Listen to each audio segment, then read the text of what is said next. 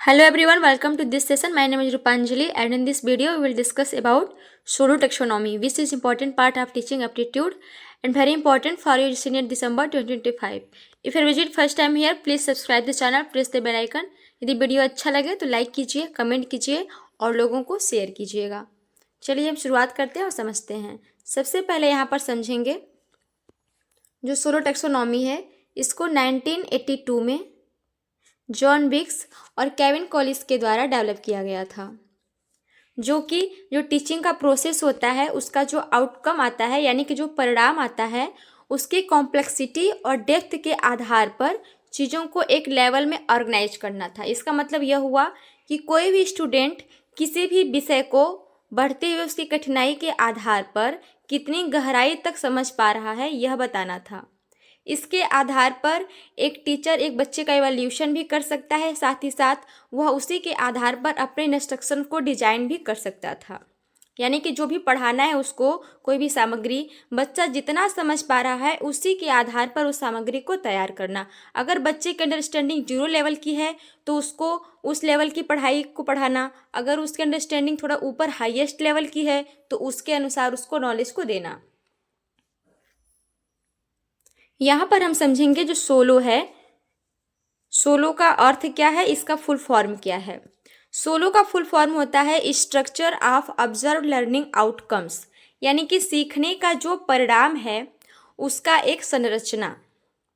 ये जो आपको फुल फॉर्म यहाँ पर दिख रहा है ये 2023 का PYQ भी है। इसमें टोटल जो स्ट्रक्चर था इसमें 5 लेवल इसके शामिल थे, जिसमें कि हम सबसे पहला पढ़ेंगे यहाँ पर प्री स्ट्रक्चरल यानी कि पूर्व संरचनात्मक। यह लेवल है जिसमें कि किसी भी जो लर्नर है उसको उस चीज़ के विषय में बिल्कुल भी अंडरस्टैंडिंग नहीं होती है, या फिर कुछ वो चीज़ों को थोड़ा बहुत समझ भी पाता है तो उसका गलत आंसर देता है और वहाँ पर वह फेल हो जाता है। जैसे कि मानकर चलिए एग्जाम्पल मैं आपको यहाँ पर समझा रही हूँ। आप एग्ज़ाम देने के लिए गए, आपके पास 4 ऑप्शन हैं, ये आपका क्वेश्चन है, आपको बताना है कि इन 4 में से कौन सा सही है।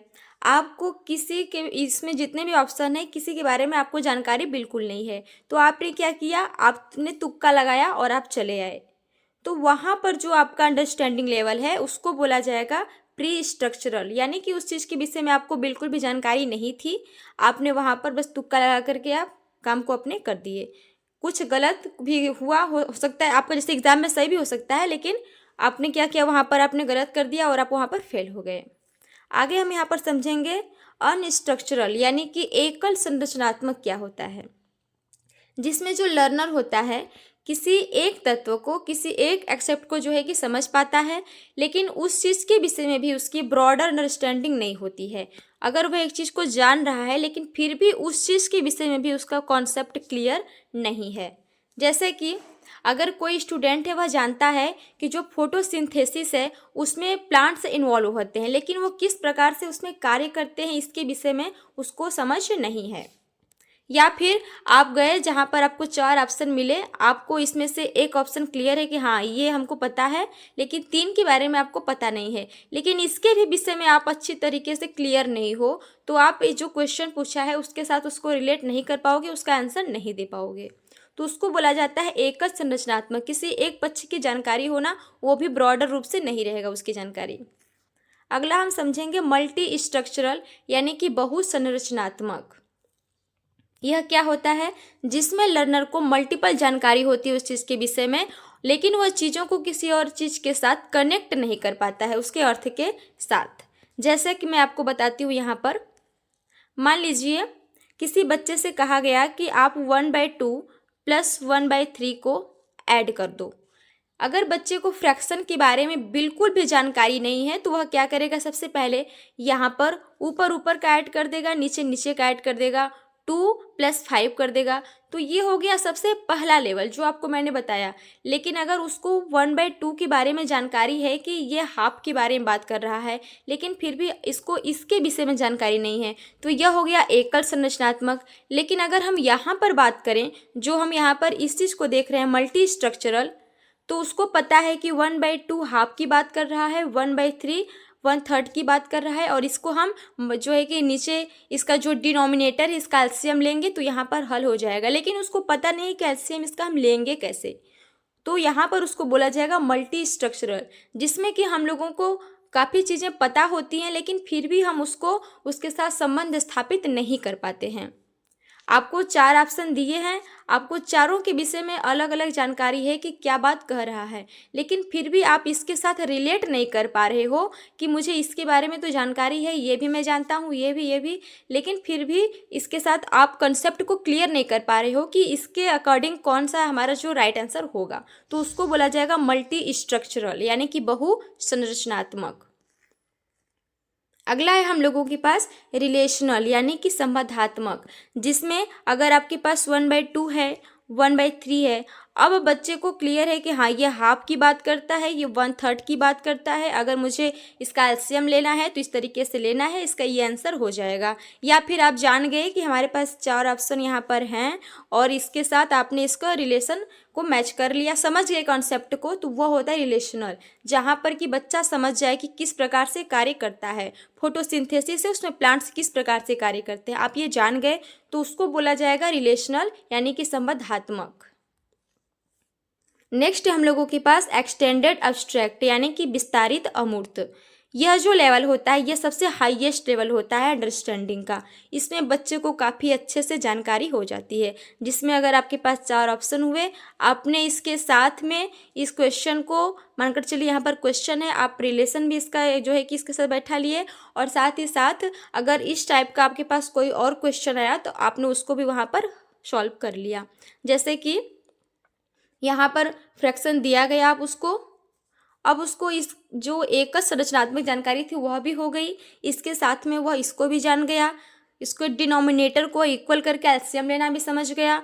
अब उसको अगर आप इस टाइप का कोई क्वेश्चन दीजिएगा तो वह इसको भी सॉल्व कर लेगा, क्योंकि उसने इसको किया तो इसके बेस पर वह इसको भी कर ले रहा है। यानी कि बच्चा अब क्या कर रहा है, उसका समन्वयीकरण कर पा रहा है और चीज़ों को अप्लाई कर पा रहा है किसी और जगह, उसका जनरलाइजेशन कर पा रहा है, तो इसको ही बोला जाता है एक्सटेंडेड अब्स्ट्रैक्ट। यानी कि आपका जो लेवल है वह काफ़ी हाईएस्ट पहुँच गया है और आप उस चीज़ को जनरलाइज जो है कि कर पा रहे हैं, तो इसको ही बोला जाता है एक्सटेंडेड अब्स्ट्रैक्ट। आगे हम समझेंगे यहाँ पर कि इसका पर्पज क्या है, जो सोलो की टैक्सोनॉमी है इसका उद्देश्य क्या है।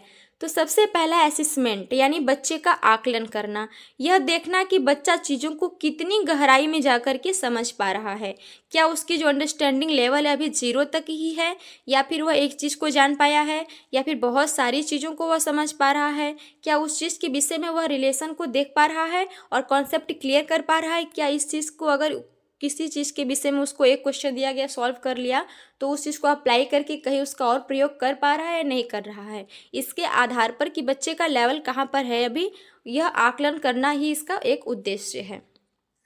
नेक्स्ट इसका पर्पस हो जाएगा इंस्ट्रक्शनल डिज़ाइन, कि जैसे कि मैंने बताया कि बच्चे की समझ कहाँ पर है, उसी के आधार पर जो भी पढ़ाना है उस सामग्री को प्रस्तुत करना। अगर जैसे मान लीजिए कि बच्चे को बेसिक सी जानकारी है ही नहीं, बच्चे को लेटर पता ही नहीं है और आप उसको पूरी की पूरी सेंटेंस बोल देंगे पढ़ने के लिए, तो बच्चा नहीं पढ़ पाएगा। तो आप पहले देखना कि उसको लेटर आ रहा है कि नहीं आ रहा है, वह वर्ड के बारे में कुछ जानता है या नहीं जानता है, तो आगे उसको सेंटेंस को पढ़ने को बोलना। तो जो बच्चे का जिस प्रकार का अंडरस्टैंडिंग है उसके आधार पर ही उसको सामग्री को प्रस्तुत करना कहलाता है इंस्ट्रक्शनल डिज़ाइन। नेक्स्ट है फीडबैक देना, प्रतिक्रिया देना, यह बताना कि बच्चे को कहाँ तक की समझ है, उसके बारे में अगर एक लेवल में उसको हम रखेंगे तो समझ पाएंगे और आगे के लिए उसको हम मार्गदर्शन भी दे पाएंगे। आगे हम चलते हैं और यहाँ पर समझते हैं, इसका हम कंपैरिजन कर लेते हैं, तुलना जो गैगने की टैक्सोनॉमी थी उसके आधार पर। देखिए जो गैगने की टैक्सोनॉमी थी इसमें तो आपको 8 जो लर्निंग हायरार्की थी वह है, जिसमें कि मैंने आप लोगों को ऑलरेडी वीडियो दिया है। इसके साथ ही साथ आप लोगों को इसके 5 आउटकम्स भी मैंने बताए थे, जिसमें कि जो ब्लूम की टैक्सोनॉमी थी, जिसमें कि cognitive level, affective level and psychomotor domain था, ये 3 भी इसके जो 5 आउटकम्स थे इसमें शामिल थे। तो यह जो थी गैगने की टैक्सोनॉमी, यह प्रकार की बात करती थी कि सीखने को कितने टाइप से उसमें बांटा गया है। लेकिन जो यहाँ पर आपको सोलो की टैक्सोनॉमी मिलेगी, यह सीखने को किसी टाइप में नहीं डिवाइड करता है कि ये सीखने का टाइप हो गया कि बच्चा पहले इसको सीखेगा फिर ये टाइप हो गया, ऐसे नहीं था। बल्कि जो सोलो की टैक्सोनॉमी है इसमें किसी एक ही विषय में बच्चा उस चीज़ को कितनी गहराई तक समझ पा रहा है ये बताता है। उसके अलग अलग चीज़ों को समझना था उसमें, लेकिन इसमें किसी एक ही चीज़ को समझना है, लेकिन एक गहराई के साथ समझना है कि बच्चा का लेवल कहाँ पर है, अभी वह नीचे है या फिर उस हाईएस्ट लेवल की चीज़ों को समझ पा रहा है या नहीं समझ पा रहा है। तो ये एक इसके दोनों में क्या था, एक बेसिक सा अंतर था।